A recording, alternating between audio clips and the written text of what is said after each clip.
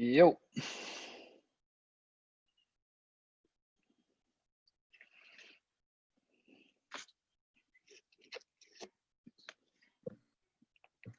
Mike, how are you? Good. How you doing? Good.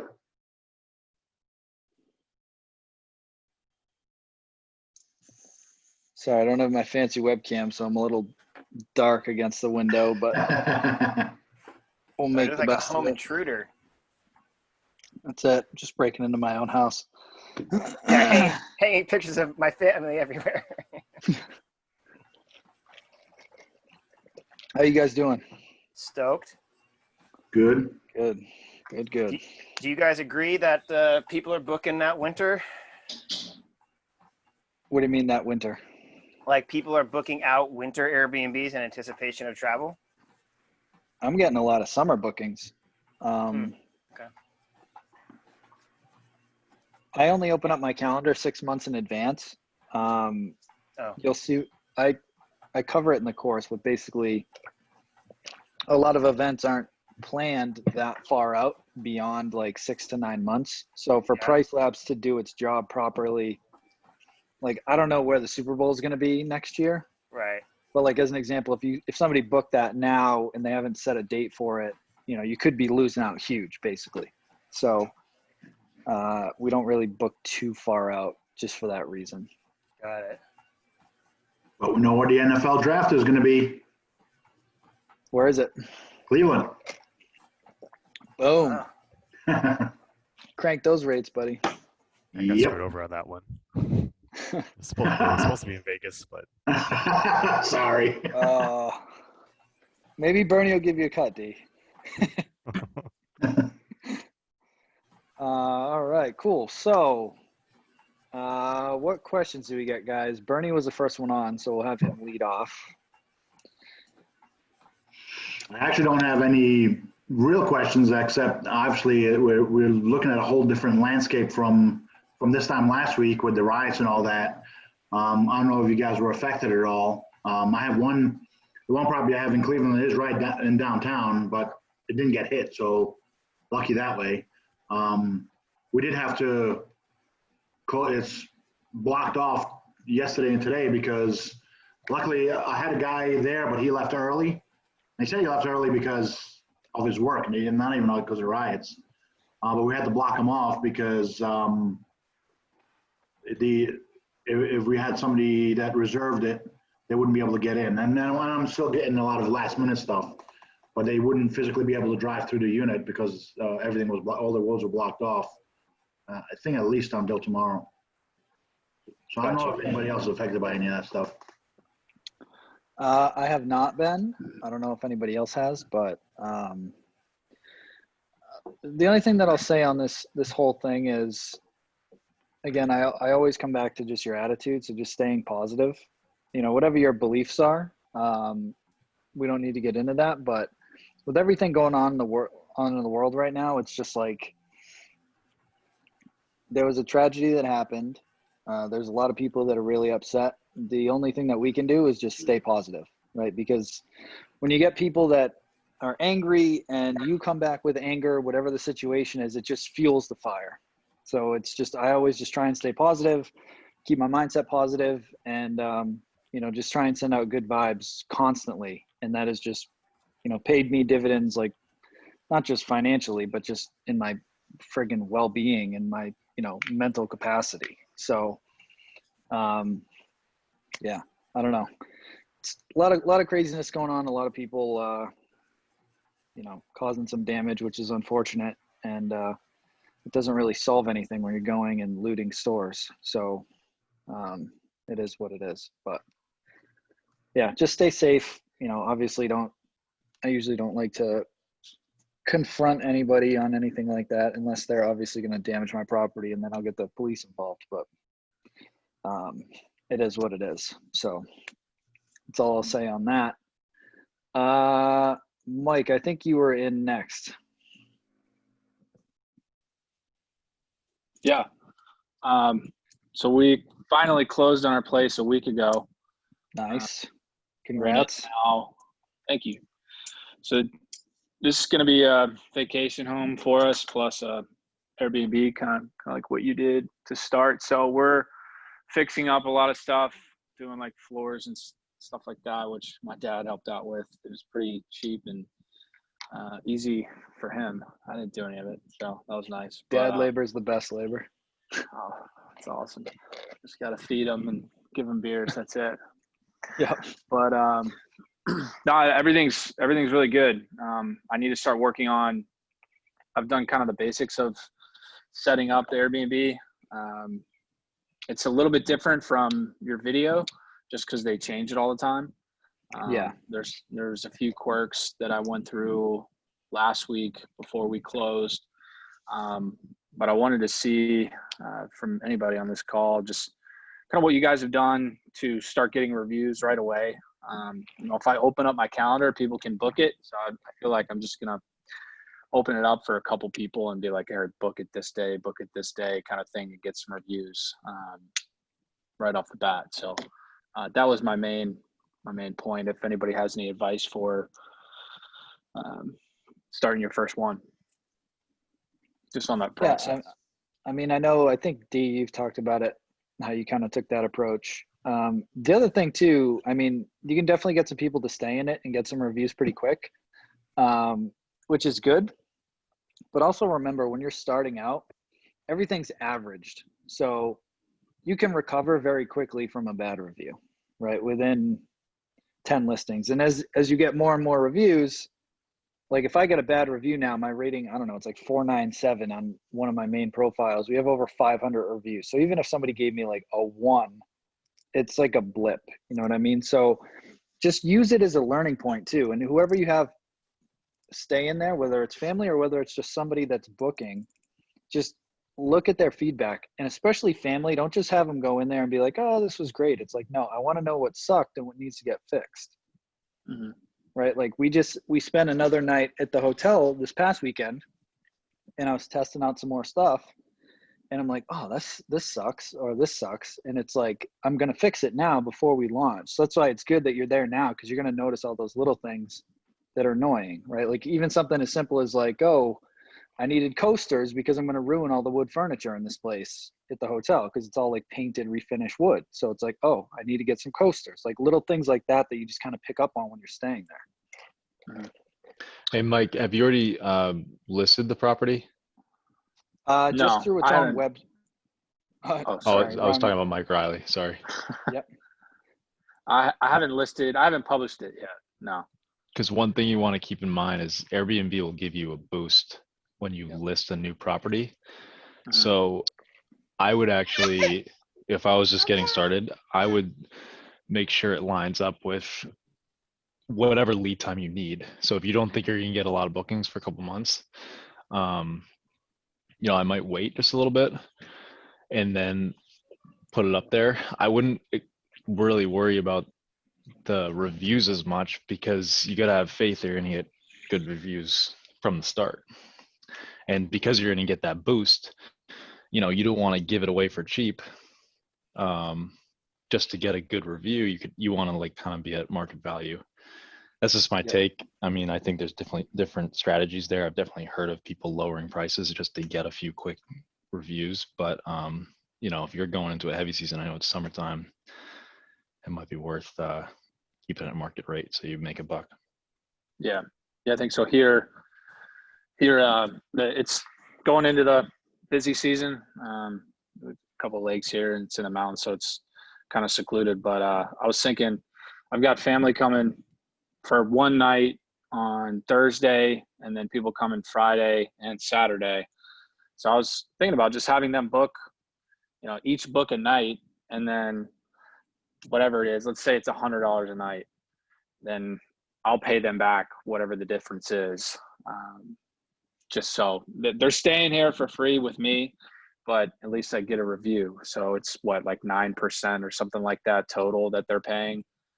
So, but if I pay them back just to get a review essentially and pay that, whatever that difference is that Airbnb takes from them and from me, do they look at the average cost? Like if I give it away for $100, do they look at the average just can the consumer see that next time and say, oh, they've been given away for $100, and now when I'm booking, it's $300? They're not going to see that. Okay, it's just Air DNA that has that type of information. Yep. It's good to know. Hey, bud, please don't step on that, okay? And Mike, one other strategy to consider. I have not tried this, but I think it was on a podcast. Maybe I heard someone talk about it. But they basically, you can set a max number of nights on your listing. So what they were doing was they were throwing in like a 2-night maximum, so they could basically just get a bunch of quick stays in there. And they did that over a few weeks, just so that you don't have someone coming in there for just basically holding up your calendar, taking it up and only ending up with one review at the end of a month or something. So, I don't know if it works for everywhere, but it's just an idea that I thought was interesting. Yeah.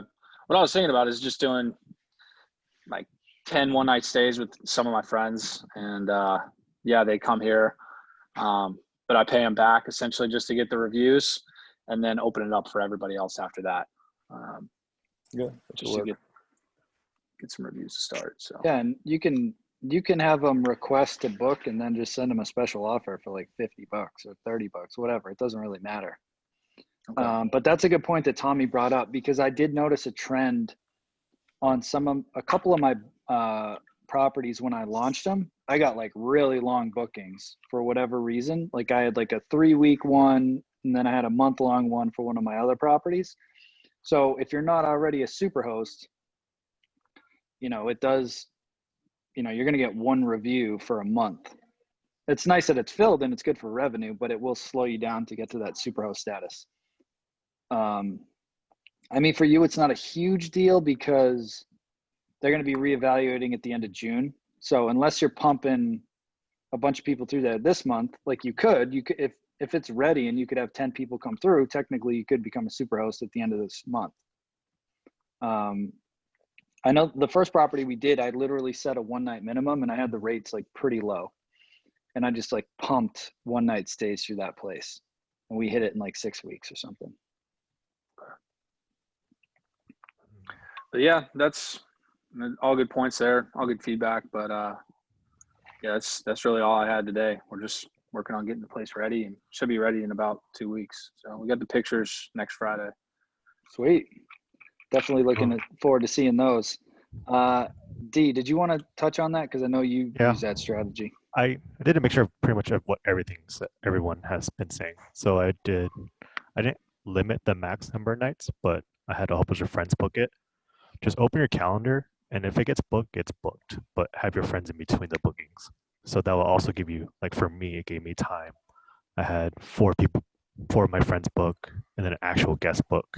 And then when I got their review, I was able to adjust a couple things, and then a couple more friends after. So that might help as well. Instead of just doing just your friends, you got a mixture of both. Do it both. Yeah. Cool. Thank you. D, I think you were on next, buddy. You got any questions? No questions. Just had internet issues today with the company, just shut down. So one thing that I've done was on August, I put 2 separate like emergency guest codes just in case it does go down. So I always have it on hand, and I just give them those and just reset those. It's a good idea. It's a really good idea. Cool. Yeah, just listening today. Could you repeat that? Sorry, D. Did you say you give 2 smart lock codes to your guests? Yeah. So on your August app, I just pretty much made 2 phony codes for guests for always, and then I use that as an emergency typing code just in case the lock goes down, internet goes down. Mm-hmm. That's already programmed into the door, so you can use it whenever. Okay. And then once they use it once and they leave, you could always just reset to a different number. Cool. Yeah, I like that. Hey D, on with the August lock, if you're saying if you lose internet, if you already gave them just one code, you're saying that if the internet is out, the keypad won't work with the code? The keypad works no matter what if the internet's down. If it's already programmed in there before it went down, then it's going to work. Okay. But if you had like a same day booking, Tommy, and you didn't have internet that day, that's Yep. when I think you'd be in trouble. Okay. And that's where it comes in handy to have those spare codes. Just I in case. gotcha. Yep. No, because I had a situation with internet out and everything continued to work, but I did worry about that for a second, but they were good. So my homeowners decided to change out the modem during a stay, and it was like, Nice work, guys. never schedule anything when we got someone in the units, please. So it all worked out. I think Chris, you're up next. Nothing for me. I'm just getting some last minute things done before we start on June 8th. And I probably got overexcited with my post in the group about New Hampshire opening up on June 5th, because I was taking bookings as of June 8th, and I said it last week. I was kind of freaking out, but it's all good, man. That's awesome. Yep. Yeah, I've had some people trying to squeeze in this week, and I'm like, I'm not pushing it. Like, Yeah, you you might as come well next wait. week. Yeah. Cool. What's up, buddy? I think say hi. Skylar, you were up. How is everybody doing today? Thumbs up? Fuck yeah, fucking love it. That's what we're here for. Okay, so 2 things for me. Management companies flooding Craigslist, right? Line after line, just page after page. It's all them for their one building. Yeah. So how do I get, the way I got around it, I just typed in or filtered my search for houses, townhouses, but I know that we do want apartments, but I mean, what are we thinking here? What best practices? I don't even go for the apartments because any sizable one is going to be run by a property management company. They don't want to hear about me. No. So you get the right idea. Like you said, filter for houses and townhomes, things like that. And you'll still run into some property management companies, but it won't be like the flood that you're running into now. And also try hot pads, because hot pads does allow you to filter for rent by owner, which will definitely help, again, save you some time. Okay, hot pads. After that, I've read the self-help books everyone else has, and they say you can tell anybody in sales, like, you can make the most logical argument. You have this problem at your company. My service costs this, which will net you a savings of this. You should buy my product based on that information. They're like, no thanks. You're like, that makes no sense. Like, I'm saving you 30% on your dollar. Why don't you want it? So every decision we make is emotional. I just called before this call. I called this lady on Craigslist. She wanted a phone call. She did not want an email. And I called her and I said, hey, I do what I do. Are you interested? And she says, no, I own and manage 16 properties. And I said, okay, so you own all of your properties and you're an owner manager of all of them? She goes, yes. And I said, so you're not interested in having me take over one of those properties for you, giving you back all that time and making you more money on top of that at $500 a month? She goes, no. Like, that's an emotional decision. Like, that's logically improper. More time plus more money. Is there a rebuttal around that? Keep it moving. Okay. Like, if they don't want it, they don't want it. Yeah. Like I've said it multiple times, like on these calls, is like, I got a ton of no's. Like, you're just going to get no's. It's just the name of the game. Sure. So it's like, okay, cool. Thanks so much for your time. Like, I've had people set up appointments with me. I actually was in New Hampshire and my dad came with me to see one of the properties one time, and the lady was like, bullshit. And she like threw me out of the house. And I'm like, no okay. way.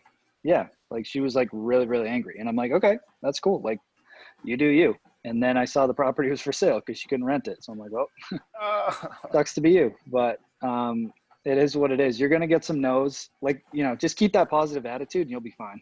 You know what I mean? Like, you have a good product. Right. Like, you got to get in the reps. So, yeah, I'm totally aware that, like, every no is closer to a yes. Like, I've been in sales for a while. I get that mentality. But there's also objection handlers. And I'd rather, like, try one more time on this someone that I already like analyzed, found the property. Like, I'm on the call with this person. Like, no, I don't want that. Is there anything I can say to maybe move the needle on that? Or is that just a game over when they're being like that? I mean, there's no black and white, right? Like, if you've been in sales, right, like, you can kind of feel their pulse. But if somebody's just like blatantly like, no, I don't want any part of that, you're just like, okay, cool. Thank you for your time. I appreciate it. If you know anybody that would be interested in running their properties as short-term rental, I greatly appreciate any referrals. And I'm happy to send any other renters your way. Thanks again. Boom. Yeah. Done. Keep it cordial, keep it positive, and just keep it moving. Okay. I'll try to throw one in there, Mike. My feeling is if you're promising her more money for less work, she doesn't believe you. She says no, right? So maybe you got to polish something that you said, or maybe you got to go back to the basics and explain to her why that is. Of course, if they start getting mad, it's hard to take them back to the beginning of the presentation, but maybe like note to self, the next one, I really have to build it up before I get the ask.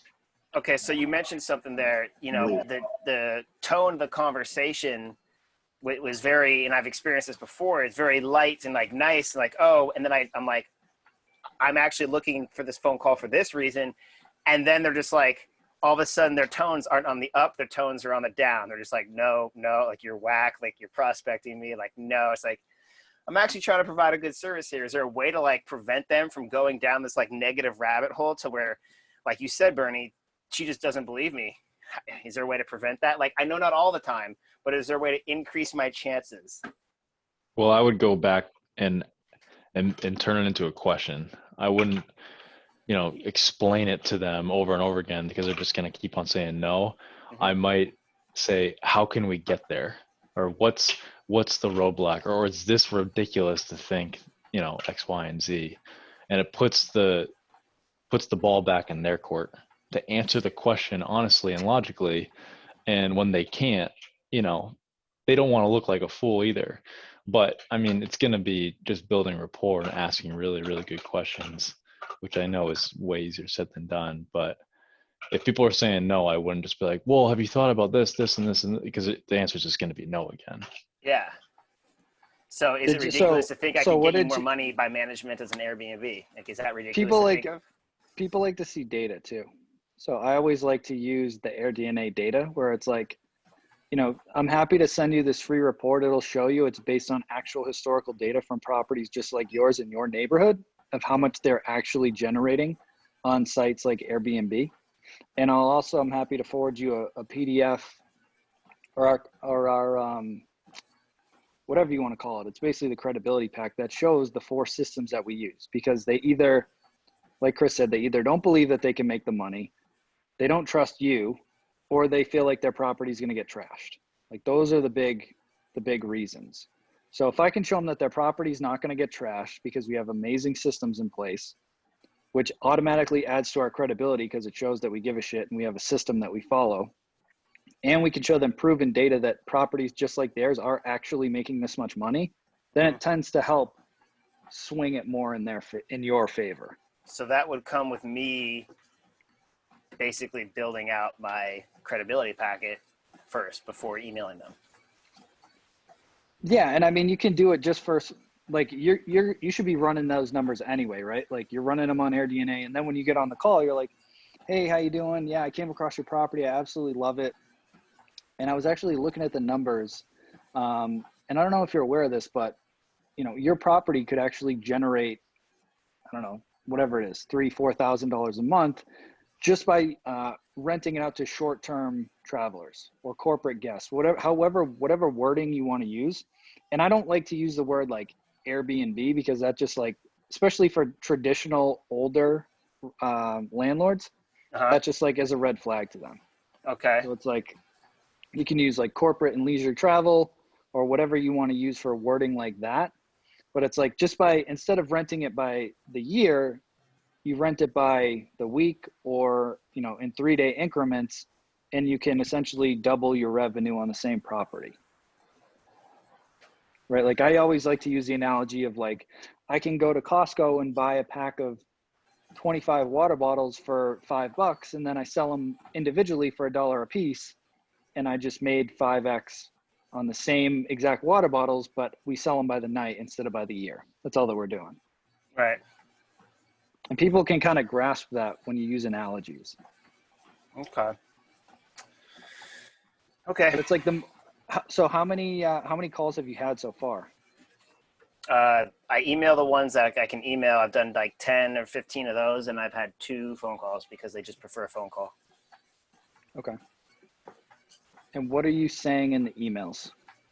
Hey there, my name is Skylar Vincent. I'm reaching out regarding your property for rent. I found you on Craigslist. I absolutely love your property. Have you explored your options of running your home as a short-term rental? After looking at the numbers, I believe I can generate an average of, I enter their number, net to you when managed as an STR compared to what you are asking for in the open market. I'd love to hop on a call this weekend or next week to discuss property, answer any questions you have. My contact information is below. I look forward to speaking with you! Exclamation mark. Cool. I thought you were going off by memory. That would have been awesome. I've memorized my incantations, but not my emails. Nice. Yeah. So again, it's just getting in the reps, and you can play with it. Like if you find that my script isn't working for you, like I've tried tons of different versions of that. I've tried also just getting an appointment and not even mentioning it, and that's worked sometimes, and other times it just pisses people off. So it's like there's no like perfect script, to be totally honest with you. I've just tested a lot of them, and this one, it just kind of lays out, it sets the expectation, and it lets them know the benefit to them and the services that you offer. Okay. If you're finding that you're not getting responses, you might want to tweak it and just see what works best for you. But yeah, it's hard to gauge that off of 15. Yeah. And I know that you're kind of limited to however many properties are available. So I would check out hot pads too, keep firing that off and just check it. Like I was saying, I would check it morning, noon, and night and just see anytime a new property came up, you know, even if you shrunk it down and tried to keep it nice and tight to like 2 or 3 sentences. Because some people find it like salesy and some people are like, huh, that's interesting, right? But the people that find it salesy, they're like, well, like I don't want that. So the reason I haven't made a credibility packet or any, like gone into any like website design or anything is just because I am of the mindset of what we talked about last week, just get the property first, right? Are we still feeling that? Or are we still feeling like maybe a little something would be better to have? So do you have any website at all right now? No, I got my name and my domain and I got an email, but I have no PDF, no one sheet, no website. I would set up just a real basic website. Like my website literally was done in like 2 days. Like it's real basic. Now I haven't updated it in 4 years. I probably should, but like at the end of the day, I only needed it for credibility at the beginning because there's a lot of these guys will tell you once you start getting results for one person, they're just going to keep telling everybody about it. Yeah, man, and then it just becomes referrals. Let's go. Let's go. You just need to get through that first barrier. You need your first property so then you have actual results. I'm so hungry. I can't even tell you. Good. You're going to need it, but it will, you just got to keep it up, right? Like it took me, oh man, probably 9 months to get my second deal, like my first co-host deal. So like you guys are like, fuck man, it's been like 2 weeks. I'm like, suck it up, buttercup. Fucking get after it. Got 9 months. How bad? I could have a kid in that amount of time. Like how bad do you want it, right? So granted, you should be shortcutting that substantially because I've refined everything from all of the crappy conversations I had. Yeah. But still, sometimes it just takes a little bit longer than others. So. Okay, bro. But you'll get there. Thanks, man. Skylar, one quick thing. I don't know if you've ever read the book Never Split the Difference by Chris Voss. That's next on my list, man. Okay, all right. Well, that's that. I'm not going to get into too much of that, but so I majored in psychology. Always loved psychology. So a lot of what he talks about, I've gone through his book. I think I'm on the 4th time now, and there's some really good ways of dealing with the no that people give and understanding what type of no you're getting. If it's just the dismissive or whatever. Yeah. I deal with doctors all the time and they want nothing to do with me. Yeah. And they think I have no knowledge of anything. So a lot of times they just say no to like get rid of me and shoo me. I'm talking more about my other business. Yeah. But, so when I start using some of the tactics that he talks about, you really get down to what their issue is, and then you can move forward. And I mean, it's worked like 9 times out of 10. No so shit. Just understanding the type of no, but you haven't read the book yet. You'll get it when you get through the book.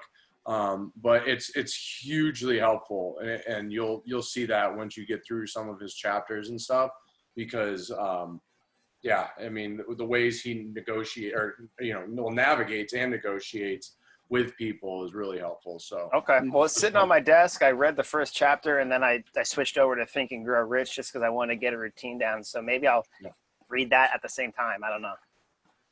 Just got to bring out that late night FM DJ voice. yeah, my favorite is the mislabeling, to find out why they're not saying much, to, slap them with the complete opposite label and they get defensive. Well, that's not why. And then they spit out the real reason why. That's my favorite. Oh, so you don't want me to run this for you because you just love managing properties? No, it's because I don't trust you. Oh. Either they'll hang up or you'll get somewhere. Either way, it's getting in the reps. Yeah. Okay. Fun fact, when I was at Bryant, Tristan, his kid lived next to me, and I had no idea until I was reading the book and I was putting the pieces together, and then I messaged him. And I was like, dude, is that your dad? And he was like, yeah. And I was like, get the fuck out of here. Yeah. That's awesome. That's cool. Was his name Brandon? Yeah. Okay. I wouldn't put the connection together because he's like a 6'5" huge black dude. So like I never would have put the connection together. But either way, he was an awesome kid. And I think he works with his dad now. Yeah, he does. So anyway. Cool. Why don't you go next, Tristan? Might as well. Okay. So my question kind of feeds a little bit off of what Skylar was getting at with the credibility. So I'm just kind of wondering, and you also kind of answered it saying, when you first started, you just kind of slapped the website together. So I have that going. So that's going to look, super professional. I've kind of found some ways to white lie with like how big my team is, based on using my brother as an investment. That was his job, is looking at properties, analyzing properties. So I can kind of leverage his expertise and then use him as a team member, just so when people look like my team is a bunch of people. Yeah. But just wondering. And you can leverage me on there too, as like on your board of advisors, because that's what I did. I don't even know if I took it off, but I had like my buddy Eric and my other buddy Jay that already had, 30 to 40 units a piece at the time. Okay, good to know. That's really helpful. So then I was just wondering, kind of up into the script, like if that comes up, like you get on a phone call, people are like, okay, so great. So what properties around here have you managed? What have you done?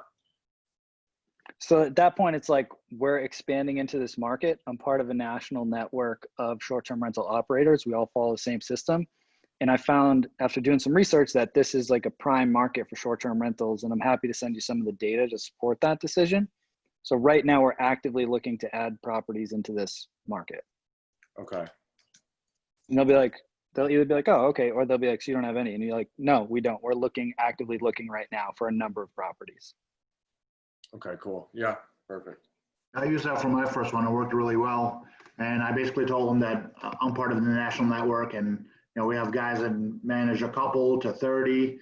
And I said, but I don't have any yet. So all I'm going to do is concentrate on yours every single day. And you like that? Yeah, I mean, that's huge to just leverage. I never even thought that would be a way to do it. Kind of leverage this group as like, well, kind of like the royal we. And we're not lying. I mean, we all follow the same system. So it's like, cool. Any other questions, buddy? No.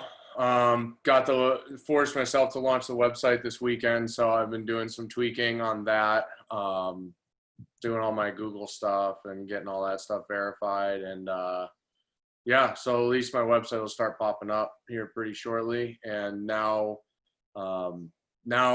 as we'll discuss on our pod call tomorrow, is I'm really going to start grinding on the actual property search now that I can actually say, if you're interested, check out our website, blah, blah, blah. And then that'll hopefully look better. Cool. Awesome. Yep. Let's see. Melissa, what's going on? Hey, everyone. How you going? Doing well. How you doing? Good to have you on here. Good. It's early morning here. I was going to say, it's probably, 5 a.m. over there? 6. Okay, cool. Awesome. Yeah, it's my first call, so it's been interesting to listen to everyone. Is it Tuesday or Wednesday or Monday? It's Wednesday. It's Wednesday. Fascinating. Yeah, ahead of the game. That's it. That's it.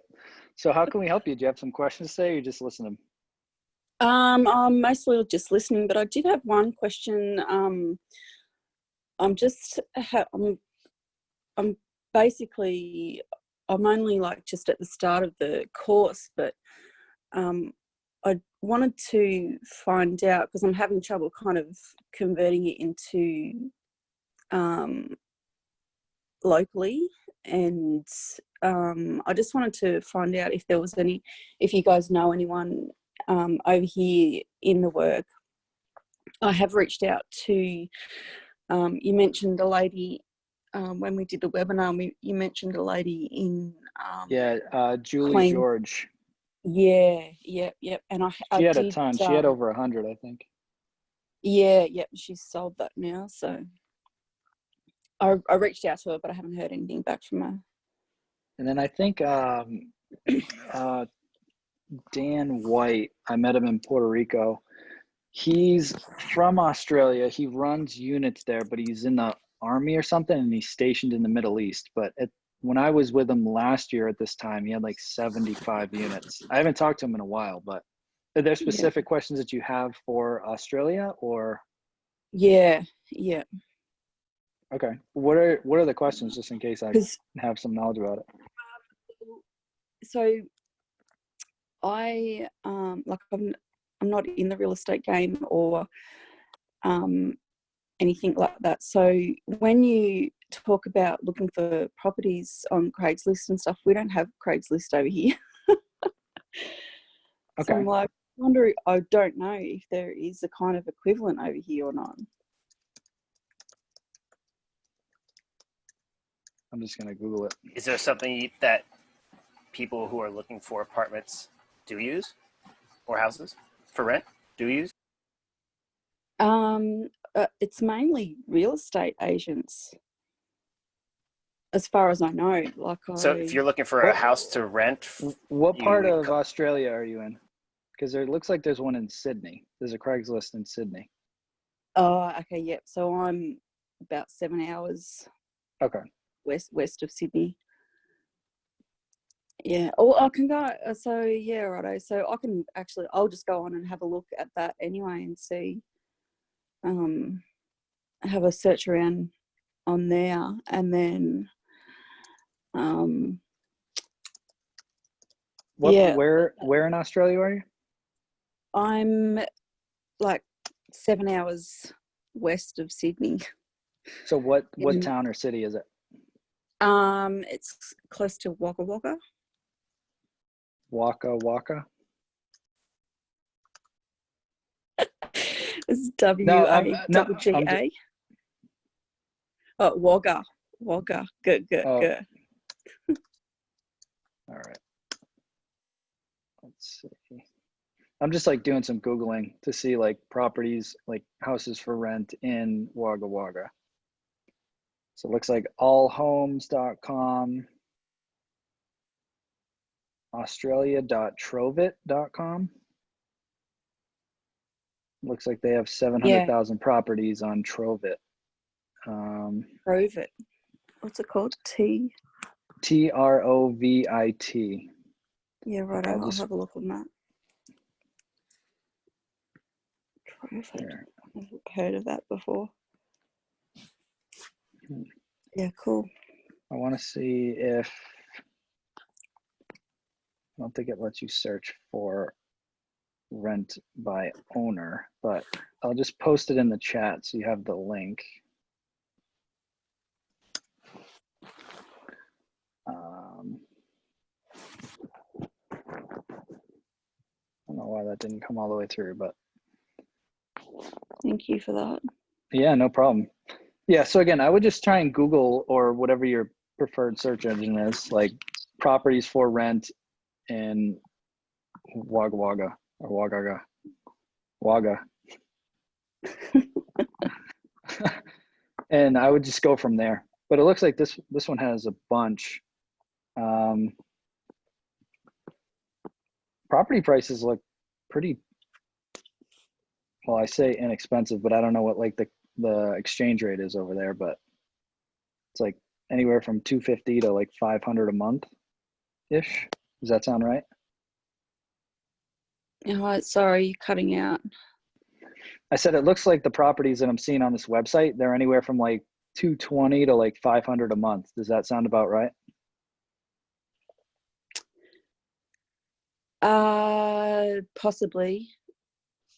Possibly, depending on the. I would have thought it's a bit more. One that's 550 fully furnished. But yeah, I mean, obviously I don't know that market, but that's what I would do. I would just start searching on sites like that and just trying to find properties. And then let's do this. Wagga. Oh, Wagga. Okay, cool. So I think it looks like it popped up on AirDNA. Yeah, right. So at least you should have some data on AirDNA too to back it up whenever you're talking to owners. Yeah. Were there any other questions that you had? No, that's it. Thank you. No problem. I'm glad you made it. I know it's an early call for you, so it's good to have you on here. Yeah. Finally figured out the timeline. Awesome. All right, cool. Did I miss anybody? Tommy, did you go? I didn't. I'm just chomping at the bit to get on more meaningful conversations with prospects. I committed to 5 with my POD group, so I got to get it done. So that's plus I need it because I didn't. A lot of what I worked out a ton of deals. I probably ran at least 10 deals last week, and most of them, I think 6 or 7 of them were from 2 different investors, and both of them right now, I don't see anything coming out of any of those deals. So kind of, sucks, but I know it's the name of the game. So looking to move on to some bigger and better things. But I mean, they're still there. What's good is that they are, like, the comments they're giving me are like, look, anything we're looking at, we're sending to you. We want your analysis on it. So it's exactly what I want. So I'm very happy about that, and definitely building rapport with them. Just those deals, even though some of them, the numbers looked really good. They just had one of the houses. The guy has his brother-in-law in there, and he's like, look, like, this is too close to the vest to just throw him out. And I was like, no, I get it. So he's like, but he is looking. So, could pan out. The other one, she's from New York, her and her husband. And they're like, look, with everything going on, we kind of want to just hang tight for a little and let's see. So before they buy into something down here. But so yeah, just I'm working through. I actually ran through, and I don't know if you've done anything like this or what your thoughts are, but I ran through it's Evolve, right? The company that So I've been going through their properties in my local area and finding those actually homeowners. So what do you think about stealing away, those customers? Do you think that's low hanging fruit? Do you think it's going to be a tough sell? I don't think so. I haven't heard the best things about them. Yeah. I mean, I feel like they kind of mislead people on like what they're actually going to do. Like they basically just run the listing. Like they don't manage the cleanings. They don't manage the inventory. They don't do anything. Yep. Which is true. They just get them quote unquote bookings. Yep. But I know, like, I've seen some properties, not even through Evolve, but like from some of the other bigger, like, local management companies. And I'm looking at their occupancy and I'm like, we're like triple that. I'm like, what are you guys doing? Like, so maybe that's how I'll kind of like approach those calls right now. So my method of getting through to these people. So obviously I can find all the houses listed on Evolve. So I know they're doing short-term rental. And then I'm just using the property appraiser and maps to basically find the exact property. So I've been able to figure it out it takes a little bit of work each property, but all I have at the end of the day is a mailing address. So I'm just adding them to the people that I'm sending info to. Well, if you think of it too, like, I know for me, I've gotten mailings from Evolve for some of my properties. Okay. So that's how they're getting some, I would imagine they're not just blowing money on direct mail. They're getting clients from direct mail. So if they're getting them from direct mail and then you're mailing those people like, hey, you know, are you happy with Evolve? Yep. So And just be like, if not, we offer full service. You know, we're nowhere near as big. We're much more customer focused, like Bernie was talking about. Like, you're not just a number to us, and we're going to give your property the attention that it needs to generate you the income that you want. Right. So yeah, so I'm just trying out that approach. I literally just got a list of 6 properties right in my immediate area here, so I got plenty of areas to explore. Yeah, so, and it's just like you said, just kind of leading with the value and just be like, you know, if you're open to seeing some of the data that we put together, I'd love to meet with you. No pressure. Just want to, you know, introduce myself. You know, if anything comes up or if you're interested, and happy to meet and go through some of these numbers together.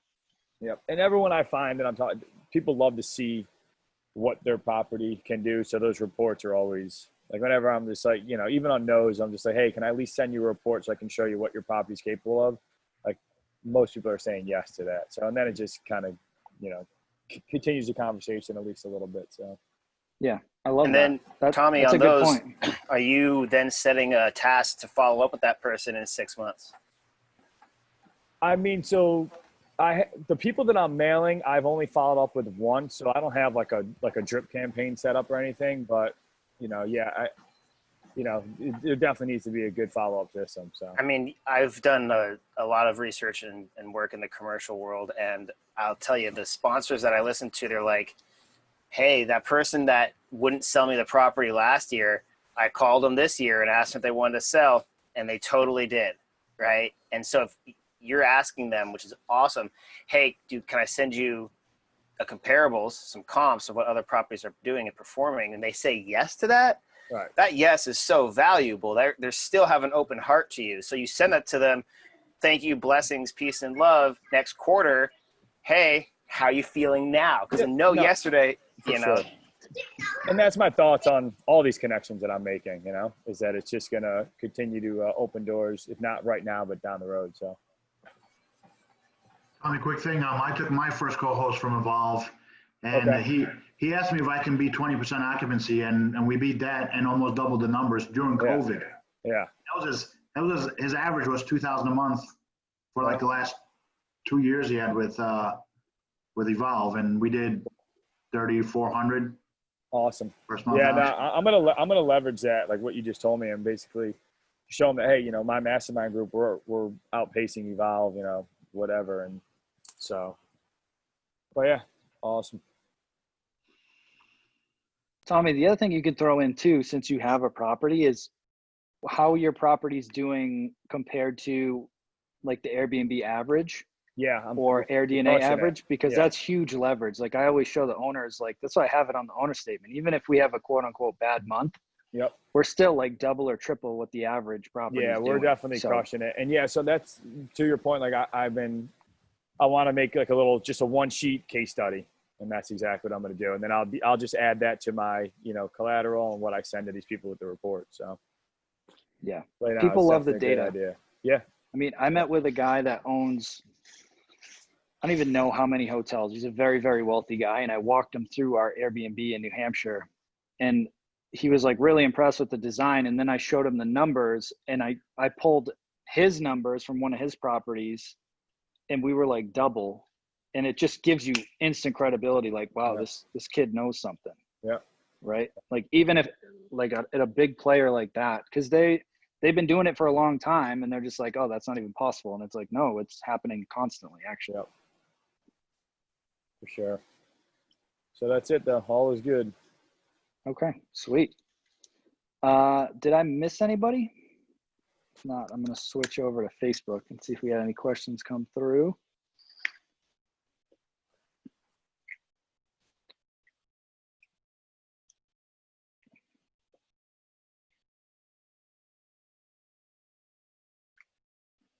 Chris, thank you for sharing those emails, by the way. So Chris put together some new messages in Smart B&B about the COVID guidelines in his market.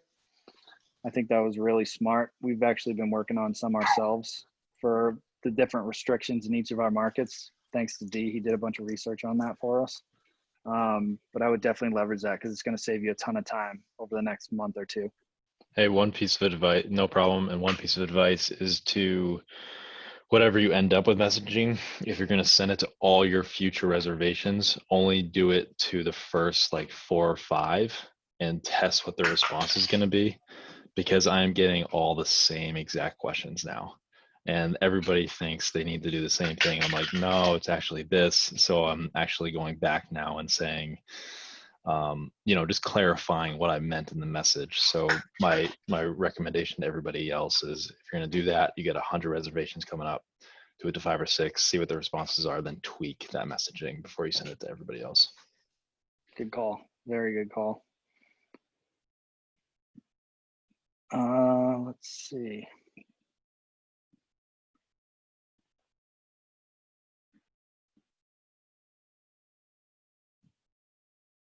Lucas said, anyone's market analysis on point. Could use a hand. I have to renegotiate my current suite and would like to transition to a co-host model and potentially can pick up more of their properties if I can show that it's worth their while.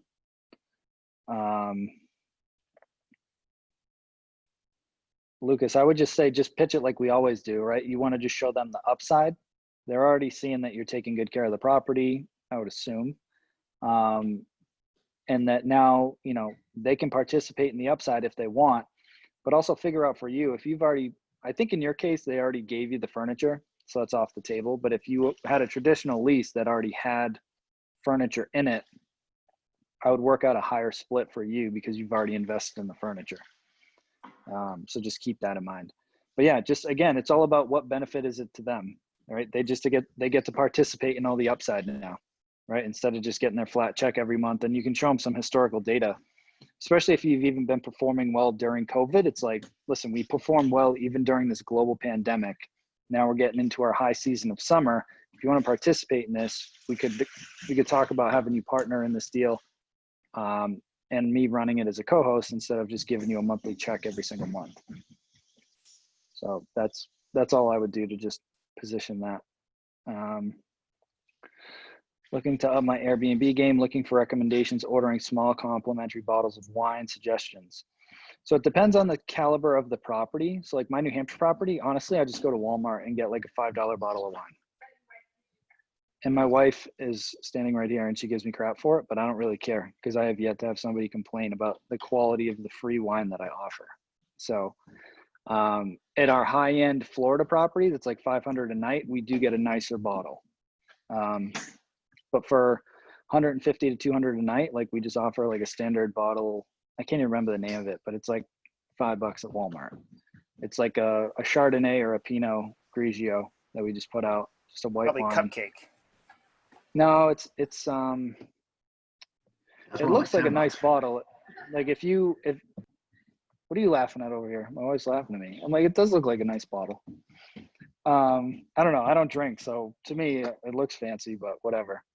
But I haven't had anybody complain. But yeah, I usually just I'll buy like 10 at a time and just stock it up for the month. I haven't gone like the online route to try and get it at like wholesale or whatever, but I mean, for $5, it's not a big expense. So we usually do like the bottle of wine, and then up there we do 2 mugs with like microwavable treats. So it like makes a little cake in like a coffee mug for the kids. So we'll do 2 of those little treats and then a bottle of wine for the adults. Some of our properties will do a bottle of wine and just a couple of those like Lindt chocolate balls next to it and just kind of lay it out on a nice little display. One of our properties, we don't do wine. We just offer like candies. It has like a cool little candy dispenser mounted on the wall with a little crank. So we have like peppermint patties and like Jolly Ranchers or something that we just stock up. So it doesn't have to be wine, but I do think the wine is kind of a nice touch depending on who you're looking to serve. But it's up to you. For the hotel, we got branded hand sanitizer. Money. It was kind of hard Great to find, idea. but it was like, that's what people want right now, and they'll use it, and it's got our logo on it. So that's what I would say to that, Lucas. That's it. Skylar, you said, I think we talked about this last week. about the regulations in your city? Mm, Did you that end was up me. calling them? Yeah. I posted about regulations. Oh, Berkeley. No, I the think it's result for was, City of Oakland. yeah, no, it was for, Berkeley. Berkeley was like, you have to own it. It has to, your answer was you have to do duplexes, triplexes, and fourplexes because it has to be their primary residence. Yeah. And so, and I was like, well, why don't I just go, since my initial instinct was to go somewhere local, and it has an extremely high occupancy rate, like 85%. But we agreed that since we're national, we can go anywhere. So I just looked up the best places that take into account the laws, occupancy rate, and high average nightly costs. So I've just been prospecting those 10 areas. Okay. So I just let go of Berkeley in California altogether. Okay. Oh, and because their prices are so high, I was getting a negative 21% return on their money. Like, they're asking so much, I can't turn it into it. Yep. Which is fine, right? And that's why I don't play in a lot of the big cities, because it just doesn't make sense. All right. I think that was it in the group for this past week. Tommy, did you end up passing on that cabin? Yep.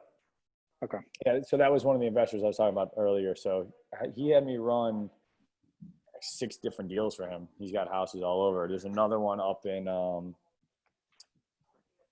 Oneonta, Lake Oneonta, I think it is, or something. It's upstate New York. It's near Syracuse.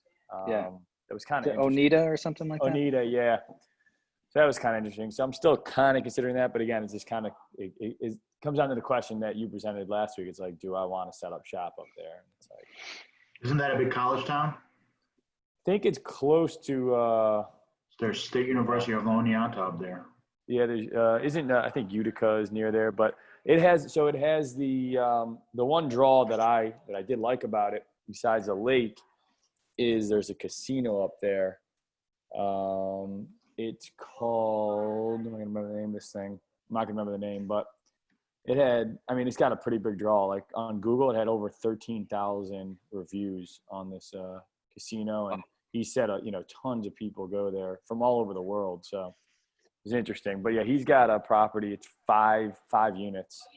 So I am considering it, but like the numbers on, so they're all 1-1s, and like the revenue on them was showing around like 26,000 a year for each one of those. So What was your profit on them? I think it was around like $400, $500, something like that. Yeah. So it's kind of like, yeah, I just don't know if I want to set up shop up there, honestly. So yeah, I know. I do have a contact up there who is looking to get into Airbnbs. So if you decide that you'd want to do it and you want somebody local to kind of run the day-to-day for you, I could run it by her. But if you don't think that there's enough wiggle room, I mean, keep pounding pavement like you've been doing. Yeah, I want to see what's going on up there in the winters, because I know winters get brutal. But I think that lake could bring a lot of ice fishermen in. So yeah. I wanted to explore that option. I was going to call a bunch of tackle shops up there and just kind of see like what's going on for winter. And then see if that was looking promising, then maybe a little. Or if there's any other good size like employers up there. Like I know I spent a winter up in Syracuse when I was working at the utility that I was working at, and I mean we had 10,000 employees, and one of our big hubs was up there. So they gave a lot of those local hotels a ton of business regularly for stuff like that. All right. Turning Stone, that was the name of the casino. I don't know if you had heard of that at all when you were up there, but I haven't. But I'm not a huge gambler, so I wouldn't take that. Me neither. So. But they do have a resort, so I mean, them having a resort means there's definitely people coming. Yep, so. Absolutely. Okay, cool. All right, guys, we're at the top of the hour. Any other questions before we wrap it?